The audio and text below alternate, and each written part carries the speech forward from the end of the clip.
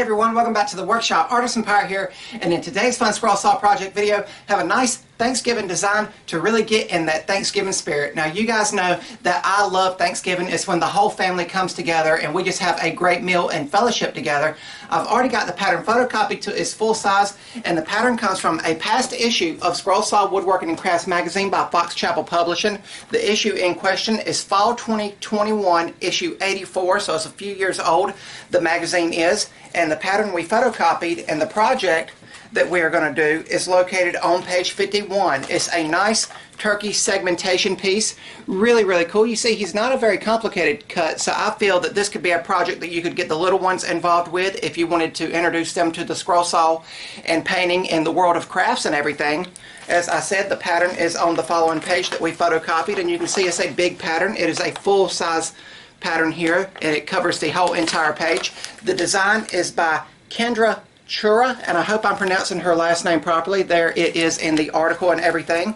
Now, in the design that she has offered here, she's done the turkey out of segmentation on the scroll saw and then put a rustic, looks like barnwood backer board on it. We are not going to do that in this project. We're going to go more the intarsia route, where we glue a backer board to the turkey itself, and that way he can be hung from a doorway or displayed properly like that. As I said, the pattern is already photocopied, and we are going to be cutting him out of 3/4 inch pine shelving board I had, and there is the pattern there. Nice cool looking turkey, and we've got a piece of 3/16 MDF board for the backer board to support everything. And I am not going to be able to attach the clear packing tape to the pattern like I usually do to prepare my stuff because of the nature of it, and we're going to be cutting out multiple parts. So what I always do when we get a design like this, I'm going to have to go the spray adhesive and blue painter's tape route. But to make sure that I know what is the face side, what I always like to do is reverse the piece here and take a pencil or crayon and just scribble and scrawl on the back side. That way I know once we cut all the pieces out, I know what side to shape, sand, and contour. So let's move the camera and get the pattern attached, and we can get started. And over here at the workbench, we're going to take some blue painter's tape and attach it to our material, and then use spray adhesive to attach the pattern. And we have to let it get tacky before placing it down. And I'll also add clear packing tape over this just to reassure myself that the pattern will not move. And then the pattern does call for one internal cut, so I will take my Seiko scroller's drill and drill that here. But then it will be time for scrolling. And over here at the scroll saw, I am going to use a number 5 ultra reverse tooth blade for all the cutting on the project. It will cut through the 3/4 inch pine here exceptionally well with minimal chip out. And we will do the outside cut here, and this is what you typically do with segmentation. And I will quickly trace around the turkey here on the piece of 3/16 inch MDF board, and I will cut to the inside of the cut line because we don't want that backer board to extend to our scroll work. But now we can begin releasing all of the individual pieces, and you see I have a little plastic bin there to keep up with all of the parts. And now I'm doing that internal cut here to release the turkey's beak and everything. And now the rest of these will be basic outside cuts. And I try to determine how best to go about it to make sure all of the cut lines flow once everything is reassembled. But it does not take long to cut him out. It took me around 8 minutes to scroll him out. And now we are removing all of the pattern, and this is where the blue packing tape plays a good part. It just kind of peels off like a post-it note. And then it will be time for sanding, and there is lots of sanding in this project. We are beginning with 180 grit Klingspor sandpaper in the palm sander here, and we're only sanding the face side. And now at my Marathon rotary tool, I'm taking a miniature drum sander here and going around the perimeter of each piece. And you can, with segmentation like this, sand and shape and contour as much or as little as you want. But I am just adding a slight round over to everything for this project.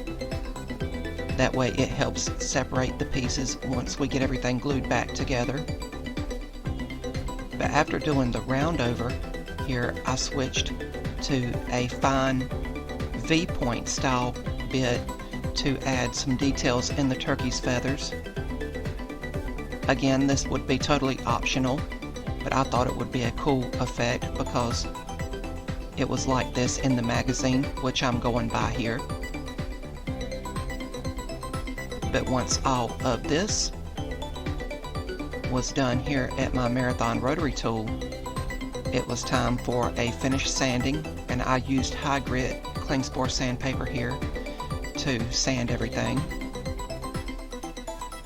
And if you guys like what you're seeing, I would highly encourage you to subscribe to my channel and also follow me across all my social medias under the Artisan Pirate name. I'd really appreciate the support.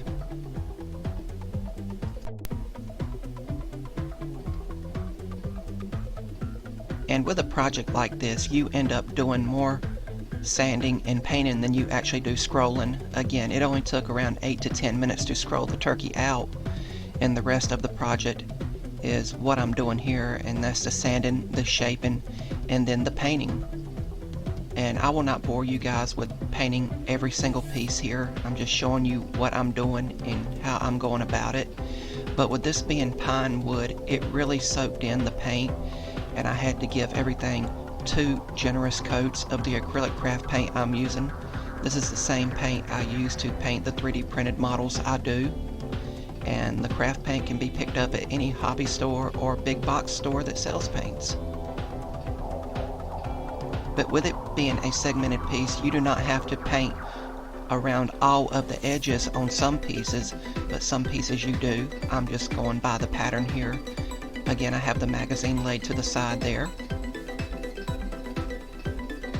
And once again, I gave everything 2 generous coats of paint. And it was a long time between coats for everything to dry, but I was doing other stuff out in the workshop. I was doing more scrolling as well as working with the laser. But now it's time to assemble everything, and for this I'm using medium grade CA glue and activator. And what's good about the wax paper I'm painting on is that if there's any glue that seeps out of the project, it does not stick to the wax paper. So just going through here and assembling everything. And once everything is assembled, I will leave it to dry around 5 minutes to make sure that the CA glue has cured.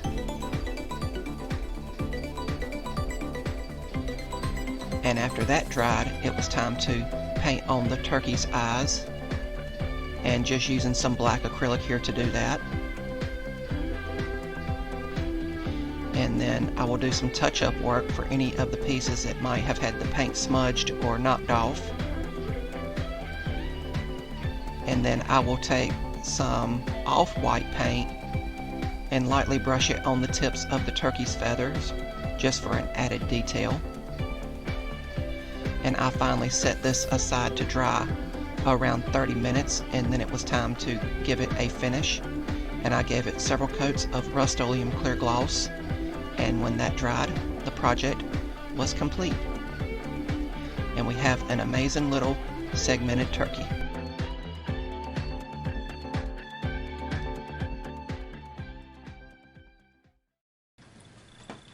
And here we have the completed segmented turkey, cut out completely on the scroll saw, and he finished up amazingly well. Thank you, Kendra Chura. Again, I hope I'm pronouncing her name right, for an amazing design. And thank you, Scroll Saw Woodworking and Crafts Magazine and Fox Chapel Publishing for featuring this amazing design. Once again, it came out of an older scroll saw magazine, and I'll show that to you here in a second.